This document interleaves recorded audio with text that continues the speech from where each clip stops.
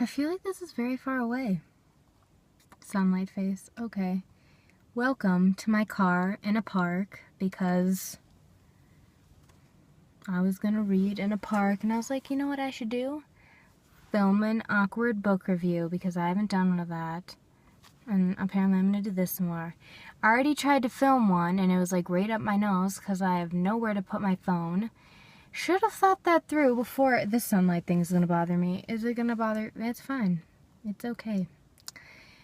Just leave it be. No, this is, I don't even know what I was saying. Oh, I didn't have anywhere to put my phone.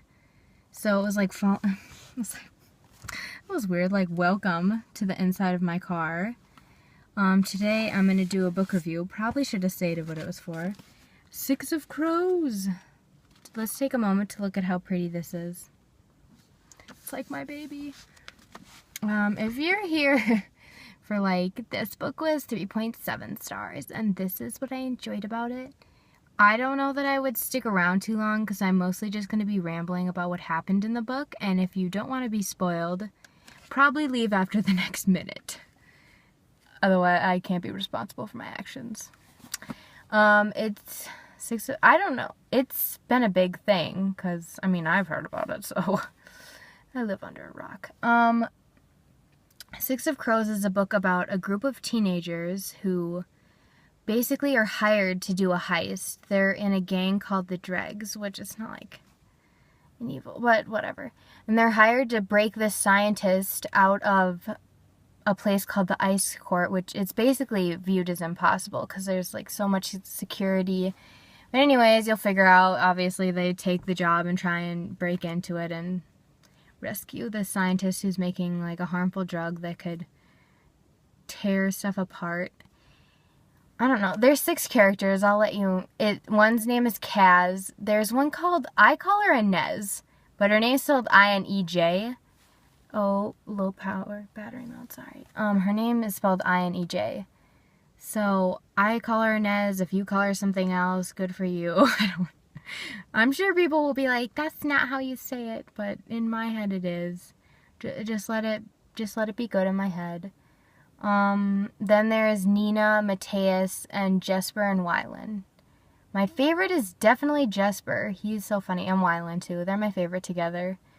My least favorite would have to be Mateus. Like, every time...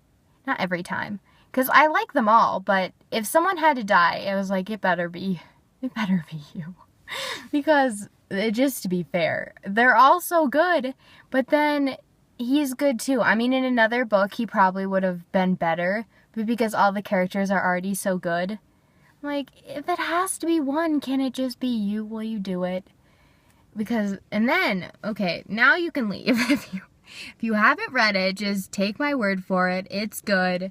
Go to a library, run, go to Amazon, but probably not Barnes & Nobles unless you want to be broke. Just run and go get it, and now people who have read it, you can still stay in my car.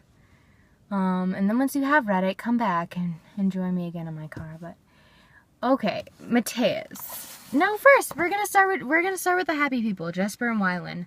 They were my favorite, and I was waiting the whole time. And Kaz and Inez, come on, people, how hard could it be to say? I mean, I get it. They did explain it in the backstory a little bit, but then when I saw like 20... Oh, somebody's coming. That's who cares. I was like slowly watching them creep by. Way to ruin my rant. No. Oh, they're still gonna do it. Don't do it. Okay, whatever. I saw there's 20 pages left. I'm like, you all can't say that you love each other. Like, there can't be... Because there's basically 3 couples settings in there. I'm like, you can't all say you love each other in 20 pages, so who is it going to be that's not going to do it? And of course it's none of you. Like, Inez and Kaz, obviously you care about each other. Stop running around and pretending you don't. But I'm sure there'll be a perfect moment in the next book where you tell each other you love, and then I'll be happy. But then I was waiting for Wylan and Jesper. I was like, come on, people. Of all of you, I want it to be you. Because they're both so funny, and they're like I don't know. And then, I'm not even finishing complete sentences, this is how awful it is. No, but then not Wylan, whatever, you're my favorite. Mateus and Nina, it's like the thing where they're like, oh, I hate you, I can't stand you. Then they're like, wait, I love you. They're like following each other around and like helping each other and meaningfully staring at each other. It's like, come on, people. Out of all the characters, I expected them to tell each other how much they cared about each other. I mean, kind of at the end. It's obvious, but they still don't say anything. Which, I mean, I don't know that you have to say anything, but at the end, I was kind of like, oh. And of course, right when I was like, come on, Cass and Ned. Then she gets kidnapped, and I was like, all right, there goes book 2. I was running to get to the library. I was like on a mission. Nobody stopped me. I was going through people. I knew exactly where I was going. I was out of there in 10 minutes, and now I'm in a park, and I'm going to read the second one, and now it's really hot in my car.